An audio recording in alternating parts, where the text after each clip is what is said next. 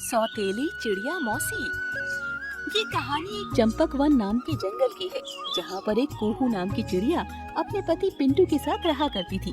उनकी एक बहुत प्यारी सी बेटी थी, उसका नाम रेनू चिड़िया था। एक दिन कुहू की सौतेली बहन रज्जू उससे मिलने के लिए आती है। कैसी हो कुहू दीदी, कितने सालों बाद आपको देखा है। आप तो जैसे मुझे भूल ही गई हो। अरे नहीं नहीं, तुझे कैसे भूल सकती हूँ। बेशक तू मेरी सौतेली बहन है, लेकिन मैंने तुझे हमेशा अपनी सगी बहन से भी ज्यादा प्यार किया है। मुझे पता है दीदी कि आप मुझसे अपनी सगी बहन जैसा प्यार करती हो, तभी तो आज मुसीबत पड़ने पर मैं दौड़ी दौड़ी आपके घर चली आई। मुसीबत? कैसी मुसीबत? छोटी पूरी बात बता, मेरा तो दिल बैठा जा रहा है। क्या बताऊं दीदी, मुझ पर तो बहुत बड़ी मुसीबत आ गई है। मेरा जो घोंसला था उसके ऊपर एक बाज ने कब्जा कर लिया है। अब मेरे पास रहने के लिए कोई घर नहीं है और बारिश का मौसम भी आने वाला है। इसीलिए मैं सर छुपाने के लिए आपके घोंसले में चली आई। देख छोटी, तुझे परेशान होने की बिल्कुल भी जरूरत नहीं है। अब से तू इस घर को ही अपना घर समझ, तो यहाँ पर बिल्कुल आराम से रह सकती है। कुहू चिड़िया स्वभाव से बहुत ही सीधी सादी थी, इसीलिए वो रज्जू के झूठे आंसू और उसकी चालाकी को समझ नहीं पाती है। कुछ ही दिनों के बाद, पिंटू जी, मैं देख रही हूँ कि आजकल आपका बाहर काम में मन नहीं लगता है। आप बस घर पर रुकने के बहाने ढूंढा करते हैं। अगर ऐसे ही चलता रहा तो घर का खर्च कैसे चलेगा? हमारी बेटी की स्कूल फीस और बाकी के खर्चों का क्या होगा? देखो कुहू, मुझे सिखाने की जरूरत नहीं है। अरे मुझसे जितना हो सकता है मैं कर ही रहा हूँ। क्या बात है, आजकल आप बहुत उखड़े उखड़े रहते हैं। कोई भी बात कहो तो उल्टा जवाब देते हैं। अगर कोई बात है तो आप मुझसे साफ साफ कहिए। अब तो ये रोज की बात हो गई थी। पिंटू और कुहू के रिश्ते में दरार सी आने लगी थी। न जाने क्यों पिंटू अब कुहू से चिड़ा चिड़ा सा रहता था। एक दिन कुहू चिड़िया नदी से पानी भरकर ला रही होती है, तभी उसे पेड़ के पीछे से पिंटू की हंसने की आवाजें सुनाई पड़ती है। अरे ये तो पिंटू जी की आवाज है, लेकिन वो तो सुबह बोल कर गए थे कि आज कुछ काम है, जंगल के बाहर जाना है, तो लौटने में देरी हो जाएगी। आखिर माजरा क्या है, देखना ही पड़ेगा। ऐसा सोचकर कुहू पेड़ के पास पहुंच जाती है। वहाँ पर पिंटू चिड़ा उसकी सौतेली बहन रज्जू के साथ हंस रहा था। अरे पिंटू जी और रज्जू, आप दोनों यहाँ क्या कर रहे हैं? रज्जू, तुम तो सुबह से तबीयत खराब होने का बहाना बनाए बैठी थी, और आपको तो आज जंगल से बाहर काम से जाना था ना। ये सब चल क्या रहा है? अच्छा ही हुआ जो तुमने खुद अपनी आंखों से देख लिया। जो तुम्हें दिख रहा है वही सच है। अब मैं तुमसे नहीं, रज्जू से प्यार करता हूँ और बहुत जल्द हम दोनों शादी करने वाले हैं। तुम जितना जल्दी हो सके ये घर छोड़कर जा सकती हो। ये आप क्या कह रहे हैं? कम से कम अपनी बेटी का तो सोचिए। रज्जू, तू तो मेरी बहन है।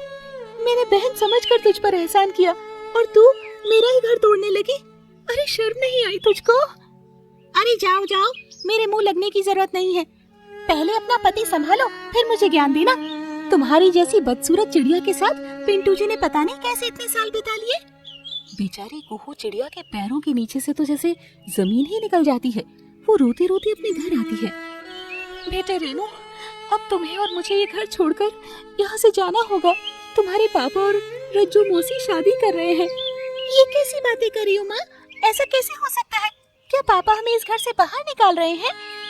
लेकिन वो तो मुझसे बहुत प्यार करते हैं, वो तो मेरे बिना रह भी नहीं सकते।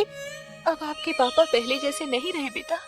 अब उन्हें रज्जू के आगे अपनी बेटी और परिवार कुछ भी नजर नहीं आ रहा है।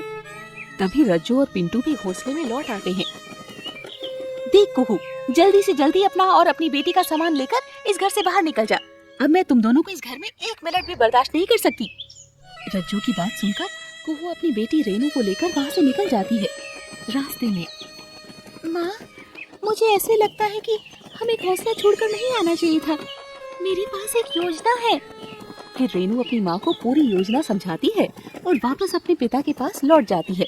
यहाँ से जाते हुए रास्ते में एक दुर्घटना में माँ की मौत हो गई। अब मैं कहाँ जाऊंगी पापा? मुझे अपने पास ही रख लीजिए। अरे ये रेनू कहाँ से आ टपकी? अब मैं कैसे इस पिंटू से ये घर अपने नाम करवाऊंगी? पिंटू को बेटी रेनू पर तरस आ जाता है और वो उसे अपने पास रख लेता है। अगर मैं इसकी बेटी के साथ अच्छा व्यवहार करूं, तो हो सकता है ये मेरे झांसे में आ जाए और ये मकान जल्दी ही मेरे नाम कर दे। हाँ बेटा, तू तो मेरी बेटी जैसी है, तू आराम से यहाँ रह सकती है। जल्दी मैं तेरा एक बड़े से स्कूल में दाखिला करा दूंगी। मैं तेरी उस कंजूस माँ की तरह नहीं हूँ। 2-4 दिन के बाद ही रज्जू कुछ कागज लाकर पिंटू को दिखाती है।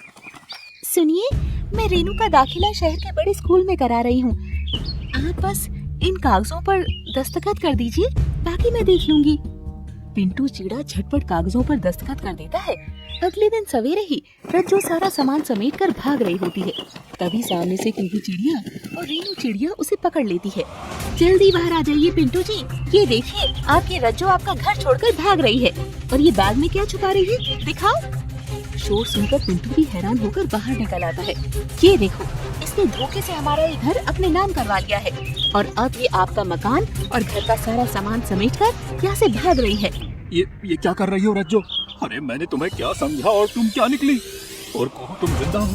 अरे मुझे तो लगा था कि तुम मर गई हो। इस धोखेबाज रज्जो के चक्कर में मैंने तुम्हारा कितना अपमान किया। हो सके तो मुझे माफ कर दो। मैं जानती थी कि सारा जाल इस धोखेबाज रज्जू का ही फैलाया हुआ है, इसीलिए मैंने और रेनू ने मिलकर ही ये सब योजना बनाई थी ताकि हम इसे रंगे हाथ पकड़ सकें। फिर कुहू अपने पति पिंटू को माफ कर देती है और वो सब साथ में खुशी खुशी रहने लगते हैं।